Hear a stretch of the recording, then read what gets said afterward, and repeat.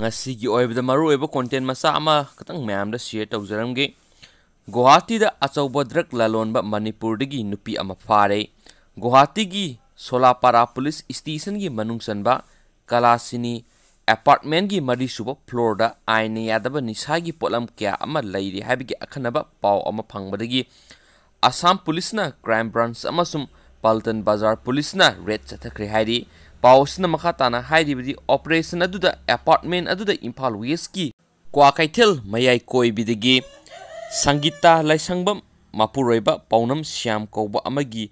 processes da thiba humbagi thabak chathaki maduda lupa lakh humdraga mariga lising mangaga satruk recover toki hairiba senpham sing asi aine yadaba nisagi polam sing lalonbada sel thadanabagi thamba oigani haibki singnaba lei paisa sing adu recover tawre makhatana Imphal gi wangkhai angom laikai gi maki pieni haiba sam laithangbam apokpa laikhidraba mangi amasum Susampur dagi khamkhosa apokpa khopau koba amasu phare pharaba Sangita Laisram asi mamangda aine yadaba polam kya amaga konana Basi Sata police station farure makhatana nupi asna drug alone basinga mari lainabada natana